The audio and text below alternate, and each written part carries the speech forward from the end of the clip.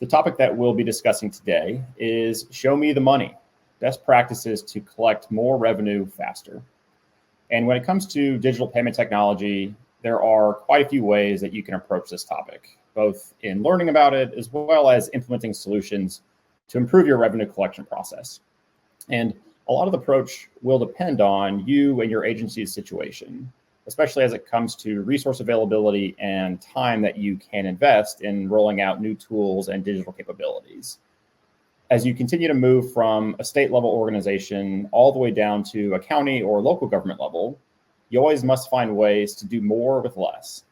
And the goal for today's call is that you leave here with tactical steps that you can take today or tomorrow to either begin your journey or continue down the path you are already on. So I want to first start off by walking through kind of a baseline of where we are today and what truly exists in the market for making this process simpler for paperless payments and digital technology adoption. So the biggest thing is that we are continuing to see and will continue to see change occur in the number of payables that are becoming online or the ability to automate processes. So as of today, there's way more billing and invoicing systems that everybody here can take advantage of. There's lots of options for the systems that get configured, the systems that ultimately roll out to your residents. And really having options is the best place to be because you can apples to apples compare services one next to each other and ultimately make the best decision that's right for you and for your municipality. As well, there's integrated payment options. So, John and Desiree both mentioned meeting residents where they are, making sure that there are mobile options, making sure that residents who might not have access to bandwidth for accessing online, there are options for them to come pay. There are way more integrated touch points that exist today where you can actually reach every resident and provide them the same service and ultimately make sure that there's a service that is accessible to each and every resident. And I would also be remiss if I did not mention the additional security options that are now in play. When it comes to personally identifiable information or PII, it's very important to always consider how that data is secured, how that data is stored, how that data is passed from one entity to another. So ensuring that there are secure means to transmit that data, that's a really big piece and a really big, I think, foundational block for what will eventually continue to be a grown ecosystem that includes more and more options. When we think about the transition to the Digital Government 2.0, we are on this upward trajectory of payment portal options and what we would consider a digital wallet. So kind of moving from left to right, there are pros and cons that are attached with each of these milestones. In the far left with the blue dot, the payment portal is really where we have come from. And that is some of what I would consider Digital Government 1.0 today. The magenta circle on the far right is really where this is all headed. So we're coming from a world where payment options are online and portals are available for residents to transact, whether it be a property tax bill, whether it be a refuse bill or a utilities bill. But there are quite a few of those use cases that are siloed by either agency or use case. And that is a great step forward, but there's quite a bit of room to improve on that, which is what took us into this middle green dot, which is our digital wallet experience.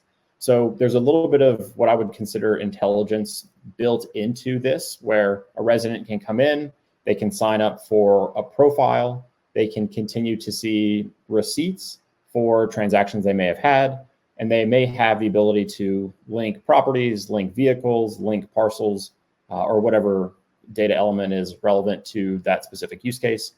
But there's still, again, room for us to get better. And the single resident profile on the far right is, we believe, the ultimate vision here. And that is creating, as John and Desiree are both working towards, a single pane of glass for residents to take care of what they need to take care of. I often say that residents don't always care that the property tax group doesn't talk to the utilities group. They don't always talk to the parking citations group. And they want a single interface that they can do everything that they need to do. And this is, again, that kind of end vision of where ultimately this is headed. A couple specifics about where, across some of those dimensions I mentioned in that Digital Government 1.0, that are trends that are coming up is, I mentioned, digital expansion, more things online, more abilities to pay, more ways to reach residents. There's also quite a bit of work happening for, I would say, kind of the instant processing and data optimization.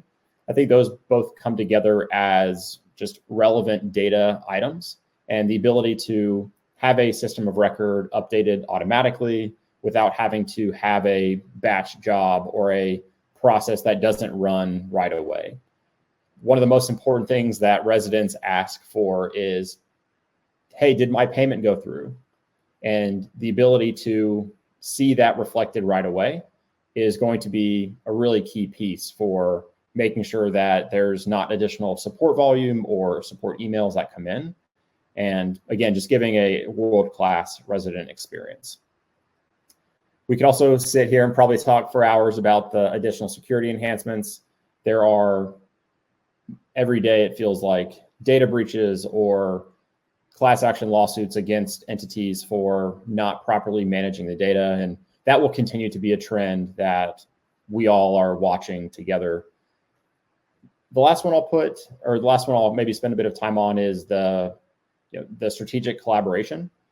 As this ecosystem of digital payments and really more broadly GovTech continues to mature, what that means is there will be additional vendors, providers, third parties who can come in and serve specific needs for you and for your agency.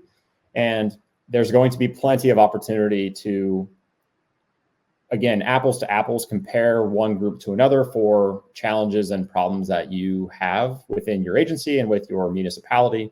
So it's going to be very important to, as Desiree said, talk about goal alignment within your team and be clear about what outcomes you're trying to achieve, especially as there are companies and organizations who will be there to support you along the way and ultimately help you achieve those goals. And if you are not organized and coordinated internally, that may not land you where you want to be or hope to be after engaging with a strategic partner or another provider to assist you. I know Desiree mentioned this, but I think the process of getting there is never a static, set a goal, set in place motions to achieve that goal, measure the outcome, rinse, wash, repeat. It is a constant evaluation of, are the things that I am working on, are the things that my team is working on the right steps to help us get to where we want to go? We talked about with Desiree, how do you aim high enough where if you were to land there or somewhere around there with, hey, we're trying to, as John highlighted, get to 80% digital payments. What is that process, and is it realistic, or how can we make it realistic to get to 90, 95, and maybe even get to the holy grail of 100?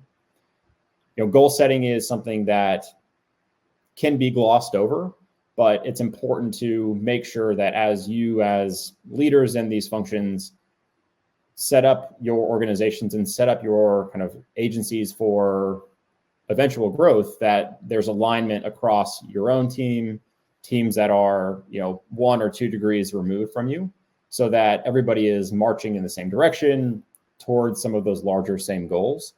And again, as I said, this is a continual process of always assessing, always evaluating, always questioning, hey, are we doing the right things to get where we want to go? And making sure that everybody next to you is linked arms and kind of walking at the same pace. We also have to talk about best practices. There's many things that you can do. There's many things that you should do potentially, but it's always good to, center back to what are our, founding principles. And, John, I think you said this well, making sure that we always keep in mind the resident as somebody that we are setting in procedures or policies to benefit. It's helpful to make sure that it can always be very user-friendly, make it accessible. There are varying levels of ability within every municipality, and whether that's the reading level, whether that's the vision support for those who are hard of sight, making sure that it is usable across every member of your constituency. That's something that allows every single interaction to be a positive one. If you have a group of individuals who can't use or can't access the technology, there's still room to get better, so that, again, we get to eventually that 100% adoption. We always want to keep in mind security as something that must be again a foundational consideration. The automation and integration piece here, I think, is a big one. I mentioned that as an item that is going to be front and center as we continue on this kind of maturity path that the industry is on. It's always helpful to take stock of what processes do my staff complete today, what things in my day-to-day are clicks of the button, what things can we take and potentially automate. There are many things that go into the process of both capturing, reconciling, and dispersing funds from residents.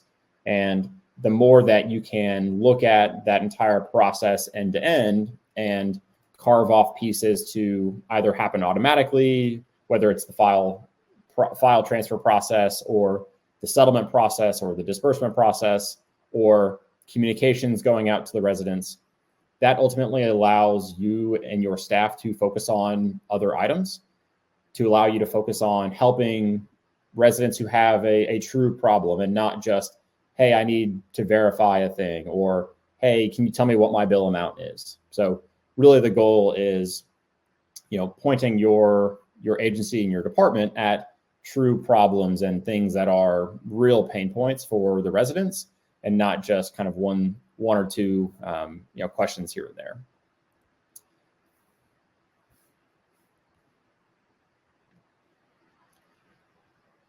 One of the important items to also keep in mind is that this is, as we've talked about, a scale of 0 to 100, we'll say, and every element that we've talked about today, you are likely somewhere on that scale of 0 is, hey, I haven't thought about this, I haven't implemented anything.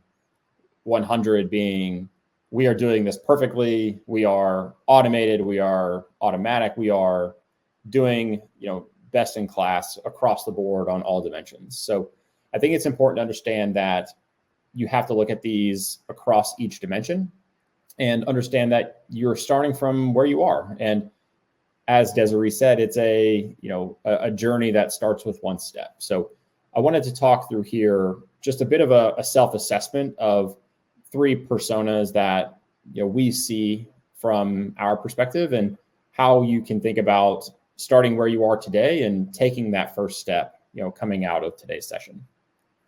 So the first persona that I'll maybe talk through is what we would consider an emerging agency. And so this is somebody who has potentially limited digital payment options.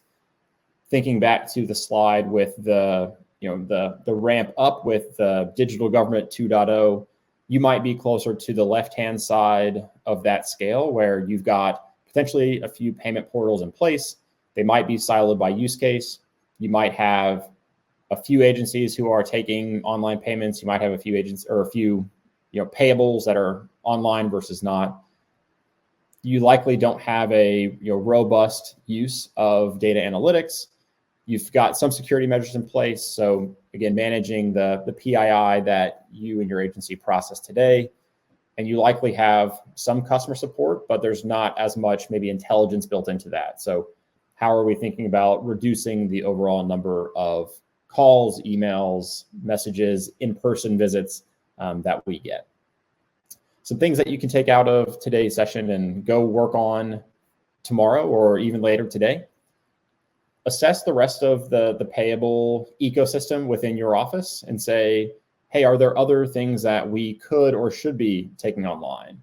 Are there a large number, or is there a large number of checks that you process today? How can we reduce the number of checks that our team has to manually process on a day-to-day basis and bring those residents online? How can we market to those residents to say, hey, you know what, we've got a great new system. It's super easy. Here's the 1, 2, 3 steps that you can follow to complete the transaction. And again, every check that you don't process is more time that someone in your office has to work on something else. So moving away from those paper-based processes is a really big option. You can also start to explore, payment trend analysis.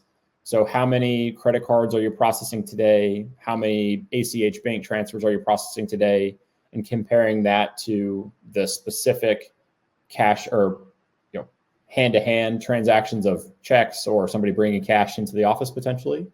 So starting to understand where are the payments coming from, and going back to goal setting, what are my goals and how can we start to move our payment channel mix in the right direction? And then lastly would be understanding how your residents want to reach out to you. Do they prefer email? Do they prefer a phone system? Do they prefer a AI chat-based response system? Starting to learn and understand what they hope to see from you and starting to implement some of those additional support options. The next middle kind of medium level of maturity is our developing persona.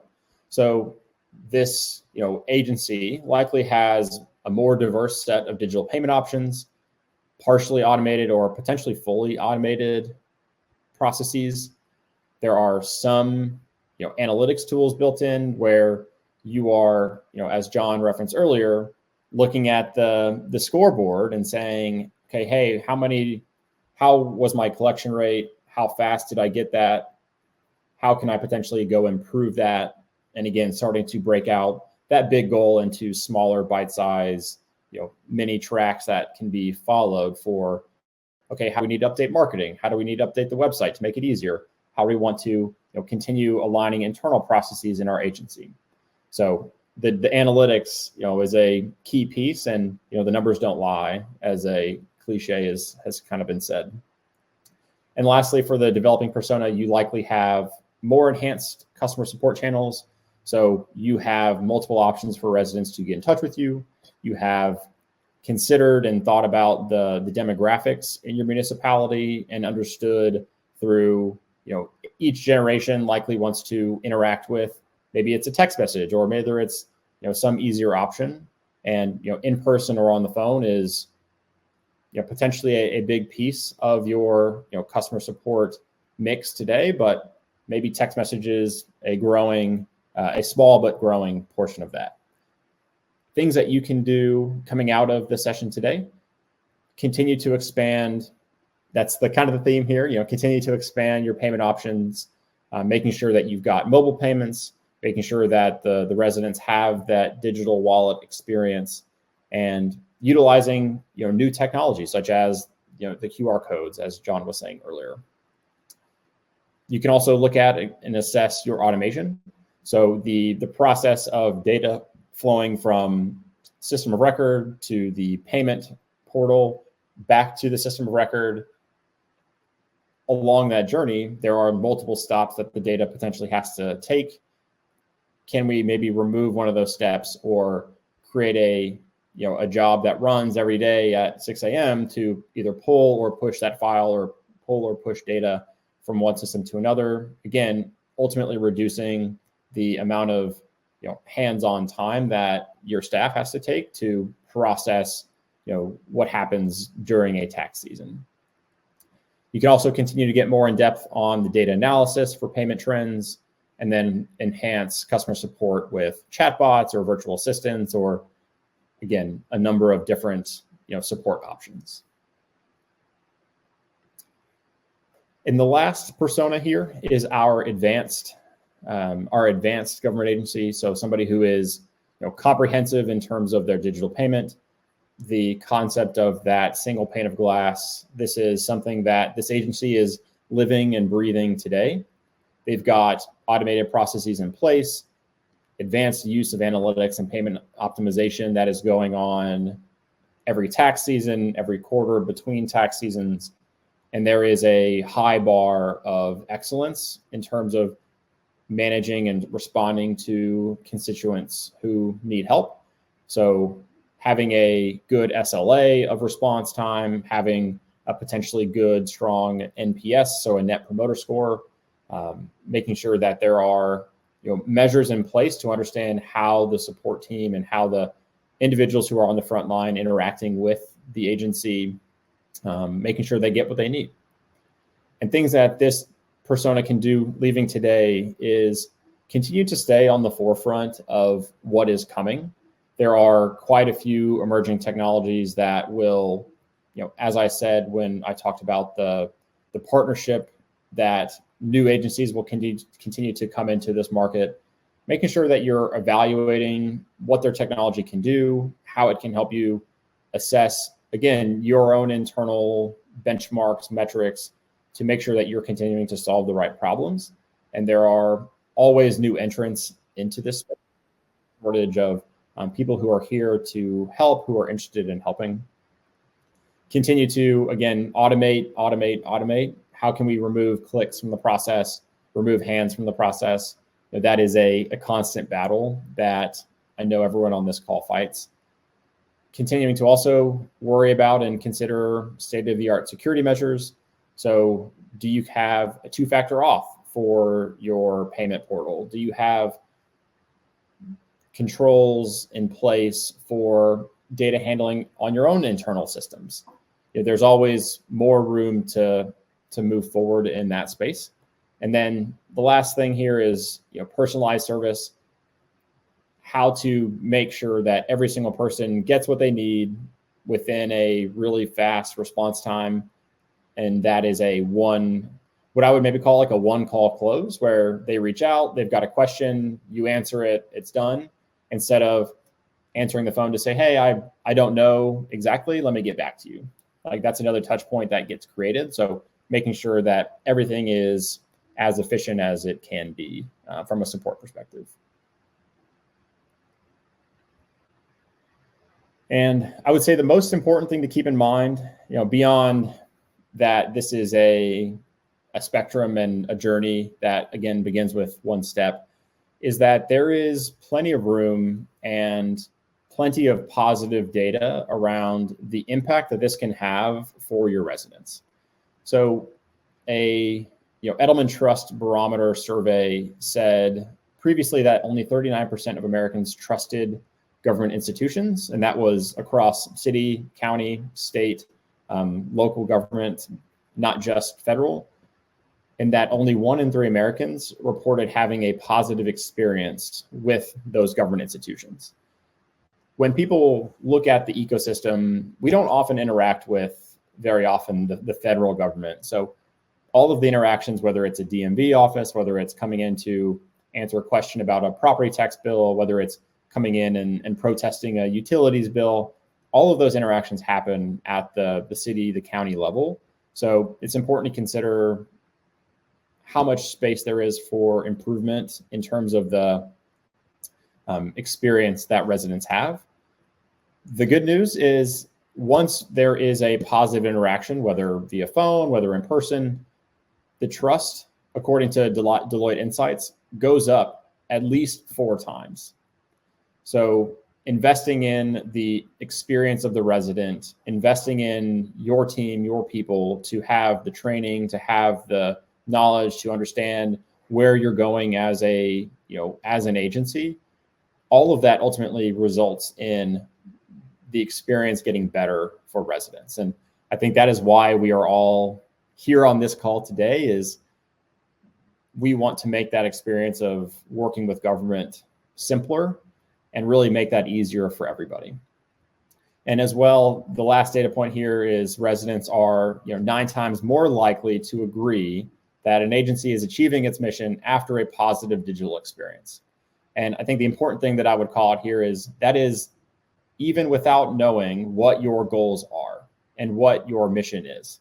It is based on their perception of your mission. But again, investing in all of the things I've already mentioned ultimately increases that likelihood that they will recommend to their friends, to others, hey, did you see this payment option? Did you see this new thing that my city, county, state, local government is doing for me? How cool is that? So there is a lot of good data that shows that the investment into digital payments adoption, paperless payments, ultimately increase the trust, increase the ability to, share that positive impact with those residents. It's also a very important piece to ensure that as the investment is made within your office to roll out technology, to build solutions, to talk about the business requirements that drive your agency. On the other side of it, and I know John mentioned the bus ad earlier, it's critical that it gets mentioned through marketing efforts, through adoption efforts. Ultimately, if you spend, a few $1,000,000 of both, hard capital as well as, your team's time, without the back end work to get the word out, some of that effort can be in vain. And that's not what any of you want. That's not what any of your residents want. They want to know of the investment you're making. So it's important to, as both Desiree and John said, have a brand, have a strategy of who are we to our residents and who do we want to be, and how can we, from a marketing lens, from an adoption lens, make sure that our residents have a consistent look and feel for what we're trying to do, both online and in the real world. If there's a billboard or a bus ad, that the branding is consistent. And then as well, making sure that it is an item that is measured and monitored on an ongoing basis. So, hey, what are our goals for this marketing season?